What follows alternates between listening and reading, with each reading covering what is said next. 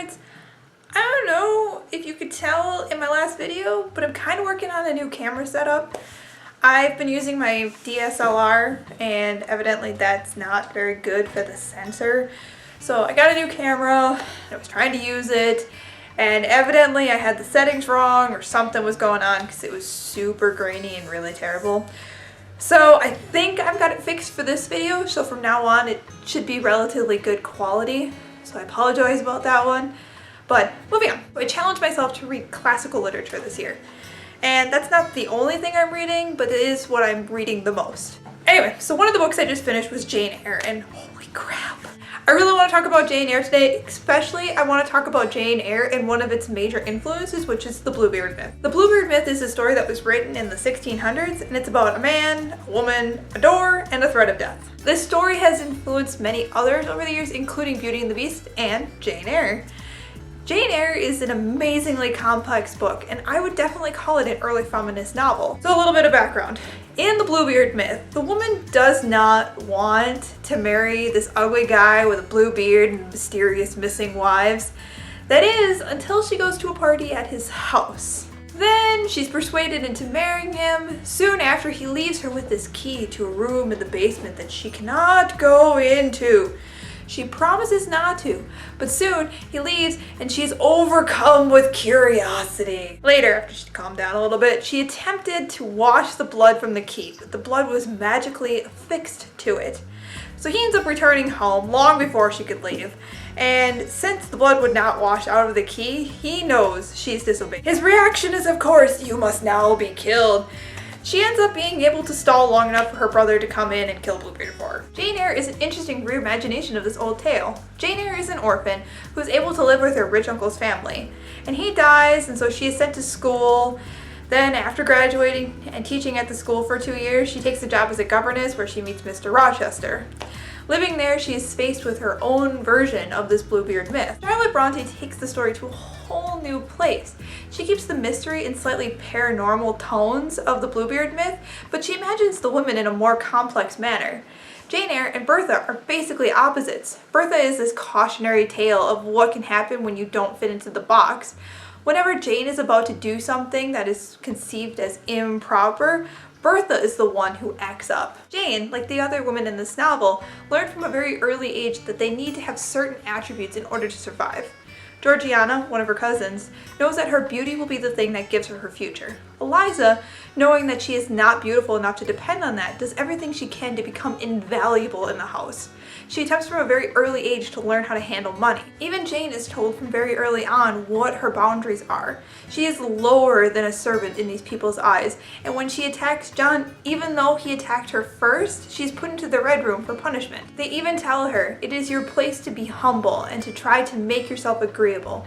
Try to be useful and pleasant. In order to survive, she needs to be a worker. She needs to have a talent and skills. Later on, Jane meets Adele, her French student at Thornfield. Adele's mother was a French opera dancer and raised her until she passed away.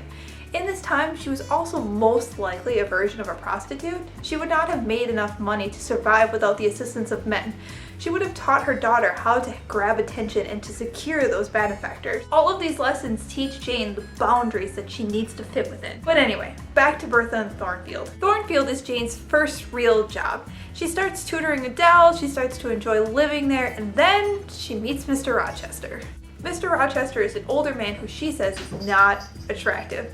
Yet, when she has a conversation about his history with Adele's mother, she starts to look at him better. She says that she found good things about him, and she no longer found him unattractive. These feelings are improper for a governess to feel about her master. That same night that he confides in her about Adele's mother, Bertha sets his room on fire. A while later, Mr. Rochester brings a group of guests back to Thornfield. He then disguises himself as a gypsy and tries to find out how Jane feels about him. But during that conversation, Jane gets very defensive when the gypsy asks about the master of the house. She finds out that Mr. Rochester will most likely marry Blanche, a woman that is more suitable for him, station-wise. And Jane is not fond of this idea. Later that night, Bertha stabs a house guest, who also happens to be Bertha's brother. Jane is eventually proposed to by Rochester, and she agrees to marry him. She, however, does act differently than the woman in Bluebeard. She is offered gifts and various other things, but really feels uncomfortable that Mr. Rochester is trying to buy her. She tells him that she will not accept the gifts and can't even label her suitcase with her married name. She knows that she is stepping out of her station in accepting his proposal, but she loves him. On the night before her wedding, Bertha breaks into her room and rips her veil. The next day she finds out about Bertha and after a little bit of time breaks it off with Rochester and leaves. Bertha then burns the house down and kills herself.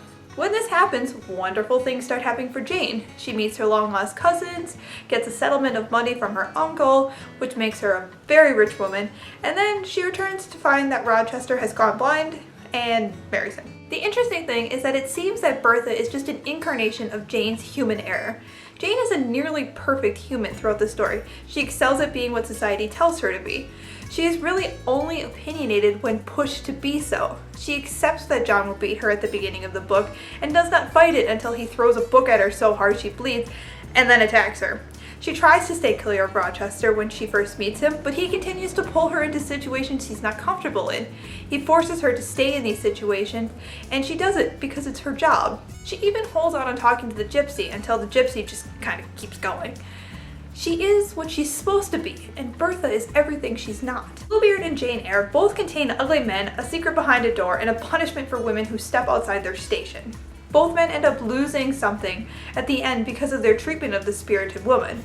Rochester loses his sight and a hand, and Bluebeard loses his life. The woman in Bluebeard. Now, I'd like to note that I call her the woman in Bluebeard because she doesn't have a name. Her sister has a name, but she doesn't. But anyway, she is punished for accepting a situation in a time when there are very few open to her. Then she's punished again for being a curious person. Bertha, on the other hand, loses her sanity for being a spirited woman. There is some debate on whether or not she was actually insane, or if she just became like that after years of isolation. You see, Bertha's from the Caribbean. Her marriage to Rochester was his attempt to make some money by marrying a wealthy woman. When he brings her back to England, it may be that she is not ill, she's just used to a more exotic and flamboyant environment. She may not have had the means to adapt to the strictness of Victorian England, and lost her sanity in trying to fit in what Rochester wanted. Then she was locked in an attic for several years, with only one person to talk to, in a location that Jane in the story actually describes as a Bluebeard's castle. All stories literally have bodies hidden behind doors. Rochester's just happened to be alive. In the end, I do think this is a retelling of the Bluebeard in an interesting way. And I also think it's an early feminist novel. Jane has the ability to survive on her own throughout the book.